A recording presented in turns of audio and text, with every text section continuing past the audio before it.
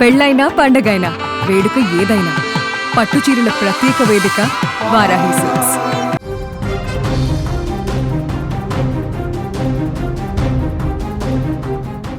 Breaking news చూస్తున్నాం. అభివృద్ధిలో దూసుకుపోతున్న భారతదేశం ఇప్పుడు మరో కీలక అడుగు వేస్తోంది. భారతదేశంతో పాటు యావత్ ప్రపంచం కూడా ఈ పరిణామం కోసం ఎదురు చూస్తోంది. జనాభా లెక్కలపై ఇప్పటికే నిర్ణయం తీసుకున్న కేంద్ర ప్రభుత్వం 2 దఫాలుగా జనగణన చేపట్టాలనే నిర్ణయం తీసుకుంది. 2026 అక్టోబర్ 1 నుంచి తొలి విడత జనగణన చేపడతారు. అలాగే 2027 మే 1వ తేదీ నుంచి రెండో విడత జనగణన చేపడతారు. ఈ జనగణన పూర్తిగా డిజిటల్ రూపంలో ఉంటుందని కూడా ప్రకటించింది. తొలి దశలో ఆస్తులు, ఆదాయం, ఇళ్లలో పరిస్థితులు, సౌకర్యాలపై గురించి ఆరా తీస్తారు. రెండో దశలో ఇంట్లో జనాభాను లెక్కించడంతో పాటు సామాజిక, ఆర్థిక సర్వే చేపడతారు. ఇదే దశలో కులగణన కూడా ఉంటుందని కూడా చెప్తున్నారు. ఇక ఇదే అంశానికి సంబంధించిన మరింత సమాచారం మా న్యూస్ ఎడిటర్ తిరుమల అందిస్తారు. తిరుమల, దేశంలో 15 ఏళ్ల తర్వాత మళ్ళీ ఇన్నాళ్లకు జనగణన చేపట్టబోతోంది, అది కూడా డిజిటల్ రూపంలో. దీనికి సంబంధించిన పూర్తి డీటెయిల్స్. జానకి, దేశంలో జనగణన చేపట్టి దాదాపు అంటే 2011 తర్వాత దేశంలో జనగణన అనేది చేపట్టలేదు. దేశంలో ప్రజల జీవన విధానం కావచ్చు, వాస్తవ ఆర్థిక పరిస్థితులు కావచ్చు, మెరుగైన ప్రమాణాలు కావచ్చు పూర్తిగా మారిపోయాయి. 2011 నుంచి ఇప్పటివరకు దాదాపు 15 ఏళ్ల గ్యాప్ ఉంది. 15 ఏళ్ల గ్యాప్లో పూర్తిగా మారిపోయినాయి. దీంతోపాటు అనేక చట్టాలు, అనేక నిర్ణయాలు జనగణనకు కనెక్ట్ అయి ఉన్నాయి. ఒకవేళ జనాభా లెక్కలు పూర్తయితే కానీ డీలిమిటేషన్ కావచ్చు, మహిళా రిజర్వేషన్ బిల్లు కావచ్చు, ఇవన్నీ కూడా ఈ జనగణనకు కనెక్ట్ అయి ఉన్నాయి. ఇవన్నిటికీ పరిష్కారం కావాలి అంటే ఒక శాశ్వతమైన నిర్ణయం రావాలి అంటే ఒక మంచి నిర్ణయం రావాలి అంటే జనగణన చేపట్టాల్సిన అవసరం ఉంది. దీనిపైన రాజకీయ ఒత్తిళ్లు కూడా మొదటి నుంచి కొనసాగుతున్నాయి. కాంగ్రెస్ పార్టీ అంటే ప్రతిపక్ష కాంగ్రెస్ పార్టీ బీజేపీని సవాల్ చేస్తూ వచ్చింది. ఈ పరిణామాలన్నింటి నేపథ్యంలో తెలంగాణలో ఒక కీలకమైన ప్రక్రియ కొనసాగింది. తెలంగాణలో జనగణన చేపట్టారు, కులగణన చేపట్టారు. సామాజిక ఆర్థిక సర్వే కూడా ఈ సందర్భంగా నిర్వహించారు. ఈ నిర్ణయం నిర్వహించిన తర్వాత అసెంబ్లీలో చట్టం చేసి ఆ బిల్లుని పార్లమెంట్కి పంపించింది తెలంగాణ ప్రభుత్వం. ఈ నేపథ్యంలో కేంద్రం కూడా ఈ అంశంపై ముందడుగు వేసింది. కేంద్రం జనగణన చేపట్టడానికి ముందుకొచ్చింది. కేంద్రం జనగణనకి సంబంధించిన తేదీలను కూడా ఇవాళ ప్రకటించింది. ఇవాళ అంటే మొదటి ఈ జనగణనని 2 దశలుగా చేపట్టబోతున్నారు. అక్టోబర్ 1, 2026 మొదలవుతుంది. అక్టోబర్ 1, 2026 మొదలయ్యే జనగణనలో కొన్ని కీలకమైన అంశాలు ఉంటాయి. ఆ రోజు అంటే ఫస్ట్ ఇక్కడ జనాభా లెక్కలు చేపట్టరు. ఇక్కడ కొంత సర్వే చేస్తారు. ఫస్ట్ తొలి విడతలో సర్వేలు చేస్తారు. ప్రతి ఇంటికి వచ్చి లేకపోతే డిజిటల్ ద్వారా సర్వేలు నిర్వహిస్తారు. ఈ జనగణన పూర్తి స్థాయిలో డిజిటల్గా చేపడతారని తెలుస్తుంది. మొదటి విడతలో ఏమడుగుతారంటే ఆస్తులు ఎంతున్నాయి, ప్రతి కుటుంబం దగ్గరికి వెళ్తారు, ప్రతి వ్యక్తి దగ్గరికి వెళ్తారు. మీ కుటుంబానికి ఉన్న ఆస్తులు ఎంత, అప్పులు ఎంత, మీ ఇంటి పరిస్థితులు ఏంటి, మీ ఇంట్లో ఉన్న సౌకర్యాలు ఏంటి, అట్లాగే ఇంట్లో ఎవరెవరు ఉంటారు, ఇవన్నీ అంటే ఫస్ట్ ఆస్తులు, అప్పులు, ఆదాయాలు, అంటే ఎటువంటి ఉద్యోగాలు చేస్తున్నారు, వాళ్ళు ఎంత సంపాదిస్తున్నారు, వాళ్ళ ఇంట్లో ఉన్న సౌకర్యాలు ఏంటి, వాళ్ళకు కారు ఉందా, బైక్ ఉందా, ఇంట్లో ఫ్యాన్లు ఉన్నాయా, ఏసీ ఉందా, ఇటువంటి అంశాలన్నింటినీ కౌంట్ చేశారు. ఫస్ట్ వాస్తవంగా వాళ్ళు ప్రతి వ్యక్తి ఈ దేశంలో ఎలా జీవిస్తున్నాడు, జీవన పరిణామం ఎలా ఉంది, ఈ ప్రమాణం ఎలా ఉంది, జీవన ప్రమాణాలన్నింటిపైన మొదటి దశలో సర్వే చేపడతారు. అంటే హ్యాపీగా ఉన్నారా, వాళ్ళు కావాల్సినంత ఆదాయం వస్తుందా, వాళ్ళకి ఆస్తులు ఎన్ని ఉన్నాయి, ఇంకా పేదరికంలోనే ఉన్నారా, వాళ్ళ ఫ్యాన్ ఉందా, వాళ్ళ ఇంట్లో ఓ బైక్ ఉందా, కనీస రవాణా సౌకర్యాలు ఉన్నాయా, ఏసీ ఉందా, లేకపోతే ఒకవేళ బిల్డింగ్ పక్కా ఇల్లా, లేకపోతే ఇంకా అద్దె ఇంట్లోనే జీవిస్తున్నారా. సో ఇటువంటి అంశాలన్నింటినీ మొదటి దశలో ప్రశ్నిస్తారు. వీటికి సంబంధించిన ప్రశ్నని తయారు చేస్తారు. ఇది అక్టోబర్ 1, 2026 నుంచి మొదలవుతుంది ఈ ప్రక్రియ. రెండోది వచ్చేసి 2027 మార్చి 1 నుంచి రెండో దశలో జనగణన కొనసాగుతుంది.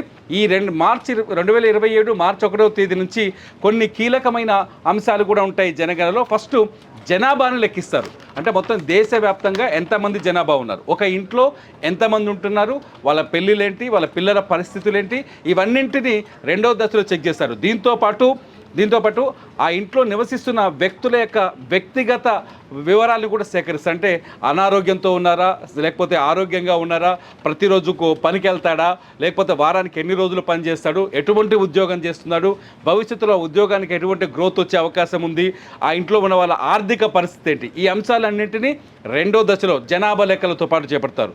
మార్చి 1, 2027 నుంచి అదే సందర్భంలో ఇంకొక కీలకమైన అంశం కూడా తీసుకుంటారు, కులగణన. దేశంలో కులగణన అనేది చాలా రోజుల నుంచి పెండింగ్లో ఉంది.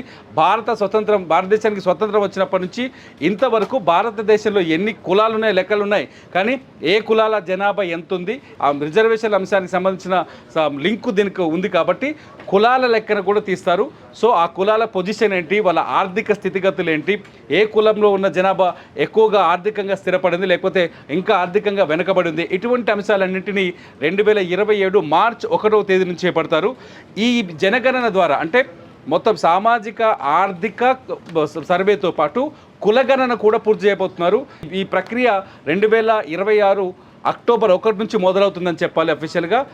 రెండో దశనేమో 2027 మార్చి 1 నుంచి మొదలవుతుంది. ఈ రెండు పూర్తయితే చాలా రోజులు ఒక పెద్ద ప్రక్రియ జరగబోతుంది. ఒకటి, మహిళా రిజర్వేషన్ బిల్లుకు పైన ఓ స్పష్టత వచ్చే అవకాశం ఉంది. మహిళా రిజర్వేషన్ బిల్లు పార్లమెంట్లో పెండింగ్లో ఉంది. మహిళలకి చట్టసభల్లో 33% రిజర్వేషన్లు కల్పించాలనేది ఈ బిల్లు యొక్క లక్ష్యం. అయితే ఈ 33% రిజర్వేషన్ బిల్లుకు జనాభా లెక్కలు కానీ లేకపోతే జనాభా లెక్కల పైన స్పష్టత లేదు కాబట్టి పెండింగ్లో ఉందని ఒక చర్చ ఉంది. ఈ జనగణన పూర్తయితే మహిళా రిజర్వేషన్ బిల్లుకు లైన్ క్లియర్ అయ్యే అవకాశం ఉందని చెప్తున్నారు. రెండోది వచ్చేసి డీలిమిటేషన్, అంటే పార్లమెంటు కానీ అసెంబ్లీ నియోజకవర్గాల పునర్విభజన. నియోజకవర్గాల పునర్విభజన జరుగుతుందని మొదటి నుంచి చెప్తున్నారు.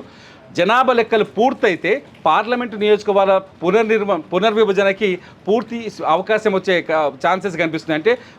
అంటే పార్లమెంట్ స్థానాలు పెరగొచ్చు జనాభాని బట్టి, లేకపోతే తగ్గొచ్చు. దీనిపైన వేరే చర్చ కూడా ఉంది.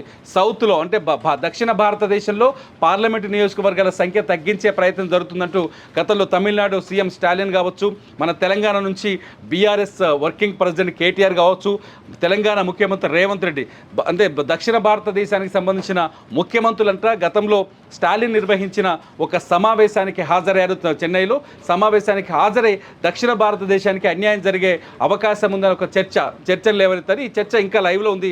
రాజకీయంగా దీనిపైన కొంత కొనసాగుతుంది. ఈ జనగణన పూర్తయితే, అంటే జనాభా లెక్కలు పూర్తయితే ఈ డీలిమిటేషన్ పైన కూడా ఒక స్పష్టత వచ్చే అవకాశం ఉందని చెప్తున్నారు. ఇకపోతే రెండోది వచ్చేసి కొన్ని రాష్ట్రాల్లో శాసనసభ నియోజకవర్గాల పునర్విభజన కూడా పెండింగ్లో ఉంది చాలా రోజుల నుంచి. ఇప్పటికే ఆంధ్ర తెలంగాణ అంటే మన దగ్గరకు వస్తే ఉమ్మడి ఆంధ్రప్రదేశ్ రెండు ముక్కలైన తర్వాత, అంటే ఆంధ్రప్రదేశ్గా తెలంగాణగా విడిపోయిన తర్వాత ఈ రెండు రాష్ట్రాల్లో ఉన్న అసెంబ్లీ సీట్ల సంఖ్య పెరుగుతుందనే చర్చ చాలా రోజుల నుంచి ఉంది. ఈ దఫా వచ్చే దఫా అంటూ చర్చ కొనసాగుతుంది. ఈ జనాభా లెక్కలు పూర్తయితే ఈ సంవత్సరం అంటే తెలంగాణలో కూడా అసెంబ్లీ నియోజకవర్గాల సంఖ్య పెరగొచ్చు, ఆంధ్రప్రదేశ్లో కూడా అసెంబ్లీ నియోజకవర్గాల సంఖ్య పెరగొచ్చు. ఏదేమైనప్పటికీ ఈసారి కేంద్రం తీసుకునే ఈ నిర్ణయం ఒక్కసారిగా భారతదేశ భవిష్యత్తుకు సంబంధించిన కీలకమైన నిర్ణయాలకు ఉపయోగపడబోతుంది. భారతదేశంలో ఉన్న కులాల లెక్క పూర్తి స్థాయిలో తేలబోతుంది. రిజర్వేషన్ల అంశంపైన కూడా పూర్తి స్థాయి స్పష్టమైన అవకాశం కనిపిస్తుంది. సో మొత్తానికైతే కేంద్రం చేపట్టిన ఈ కులగణన నిజంగా ప్రతి సామాన్యుడికి ఉపయోగపడే అవకాశం ఉందని చెప్తున్నారు. ముఖ్యంగా ఈ కులగణనలో ఖచ్చితంగా ఆస్తులు ఆదాయం అంశం పైన దృష్టి సారించవచ్చు. ఆస్తులు ఎంత ఉన్నాయి, ఆదాయం ఎందుకంటే ఇంకొకటి కూడా మనం మాట్లాడుకోవాలి. అంటే జనాభా లెక్కలు ప్రతి 10 ఏళ్లకు ఒకసారి కూడా జనాభా లెక్కలు అనేవి మనకి తీస్తూ ఉంటారు. మధ్యలో కోవిడ్ వచ్చింది, దానివల్ల కొంచెం దానికి ఆటంకం కూడా ఏర్పడింది. కులగణన అనేది మనకి స్వాతంత్రం వచ్చిన తర్వాత మొదటిసారి అని అనుకోవచ్చు అంటారా ఏంటి?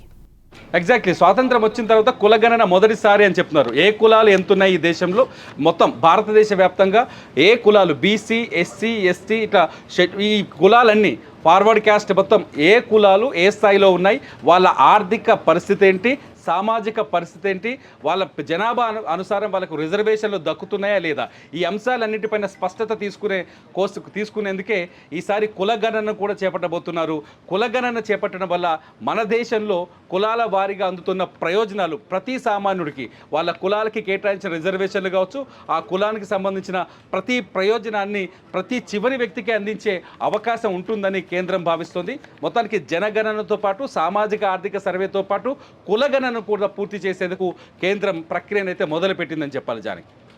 రైట్ తిరుమల. ఎస్, మొత్తంగా మనం చూస్తే కనుక 10 ఏళ్లకు ఒకసారి జనాభా లెక్కలు అనేవి చూస్తూ ఉంటారు. ఈసారి మధ్యలో మనకి అంతరాయం ఏర్పడింది. అది కోవిడ్ కారణంగా చాలా వరకు గ్యాప్ వచ్చింది. ఇప్పుడు కేంద్రం పూర్తిగా అయితే దీని మీద టోటల్గా ఒక నిర్ణయం కూడా తీసుకుంది. ఎస్, దీనికి సంబంధించి కూడా లెక్కలు తీసుకుంటాం. జనగణన కావచ్చు, అదే జనాభా లెక్కలు తీసుకుంటాం. అలాగే కులగణన కూడా చేస్తామని చెప్తుంది. కులగణన అనేది కూడా స్వాతంత్రం వచ్చిన తర్వాత మొదటిసారి తీసుకోబోతుంది. ఇది బ్యాక్వర్డ్ కులాలకు కూడా ఇది బాగా ఉపయోగపడుతుంది అని చెప్పి కూడా కేంద్రం చెప్తున్న పరిస్థితి కనిపిస్తుంది. అలాగే అసెంబ్లీలో కూడా సీట్లు పెరిగే ఛాన్సెస్ ఉన్నాయి. ఇవన్నీ చేస్తే కూడా కేంద్రం ఫస్ట్ నుంచి కూడా క్లియర్ గా చెప్తున్న పరిస్థితి కనిపిస్తుంది. ఇదే బ్రేకింగ్ న్యూస్ మనం చూస్తున్నాం. 2011 తర్వాత దేశంలో తొలిసారిగా జనాభా లెక్కలు చేపట్టబోతున్నారు. 2 విడతలుగా చేపట్టాలని కేంద్రం ఇప్పటికే నిర్ణయం కూడా తీసుకుంది. 2026 అక్టోబర్ 1 నుంచి తొలి విడత జనాభా లెక్కలు చూస్తారు. తర్వాత 2027 మార్చి 1 నుంచి 2వ విడత జనాభాని లెక్కలు ప్రారంభిస్తారు. అలాగే జనగణన డిజిటల్ గా ఉంటుందని కూడా కేంద్రం చెప్పింది. ఆస్తులు, ఆదాయం వివరాలకు సంబంధించిన ప్రశ్నలు కూడా ఉంటాయి. ఫస్ట్ మనం డిజిటల్ కాకముందు అయితే మన ఇంటికి వచ్చేవాళ్ళు పేపర్ అవి తీసుకొని కూడా కొంతమంది ఇంట్లో ఎంతమంది ఉన్నారు ఏంటి అని చెప్పి కూడా వాళ్ళు ఒక సర్వే లాగా రాసుకొని వెళ్ళేవారు. ఇప్పుడు దానికి పూర్తి విరుద్ధంగా కూడా డిజిటల్లోనే అన్ని వచ్చేసాయి. కాబట్టి ఇప్పుడు డిజిటల్ రూపంలోనే లెక్కలన్నీ చూస్తామని కూడా కేంద్రం చెప్తుంది. సామాజిక ఆర్థిక పరిస్థితులపైన కూడా సర్వే చేయబోతున్నారు. అలాగే జనాభా లెక్కలతో పాటు కులగణన కూడా పూర్తి చేస్తామని అంటుంది కేంద్రం. స్వాతంత్ర్యం వచ్చాక తొలిసారి దేశంలో కులగణన మనకి జరగబోతున్నట్లుగా తెలుస్తోంది. అభివృద్ధిలో దూసుకుపోతున్న భారతదేశం ఇప్పుడు మరో కీలక అడుగు వేస్తుందని కూడా మనం చెప్పుకోవచ్చు. భారతదేశంతో పాటు యావత్తు ప్రపంచమంతా కూడా ఈ పరిణామం కోసం ఎదురు చూస్తోంది. జనాభా లెక్కలపై ఇప్పటికే నిర్ణయం తీసుకున్న కేంద్ర ప్రభుత్వం 2 దఫలుగా జనగణన చేపట్టాలని నిర్ణయం తీసుకుంది. 2026 అక్టోబర్ 1 నుంచి తొలి విడత జనగణన చేపడతారు. అలాగే 2027 మే 1వ తేదీ నుంచి 2వ విడత జనగణన చేపట్టబోతారు. అలాగే ఈ జనగణన పూర్తిగా డిజిటల్లో ఉంటుందని కూడా ప్రకటించింది కేంద్రం. అలాగే తొలి దశలో ఆస్తులు, ఆదాయం, ఇళ్లలో పరిస్థితులు, సౌకర్యాలపైన గురించి కూడా ఆరా తీస్తారు. దీంట్లో మొత్తం కూడా 30 క్వశ్చన్స్ ఉంటాయని కూడా చెప్తున్నారు. 2వ దశలో ఇంట్లో జనాభాను లెక్కించడంతో పాటు సామాజిక ఆర్థిక సర్వే చేపడతారు. ఇక ఇదే దశలో కుల గణన కూడా జరగబోతుందని కూడా కేంద్రం ప్రకటించింది.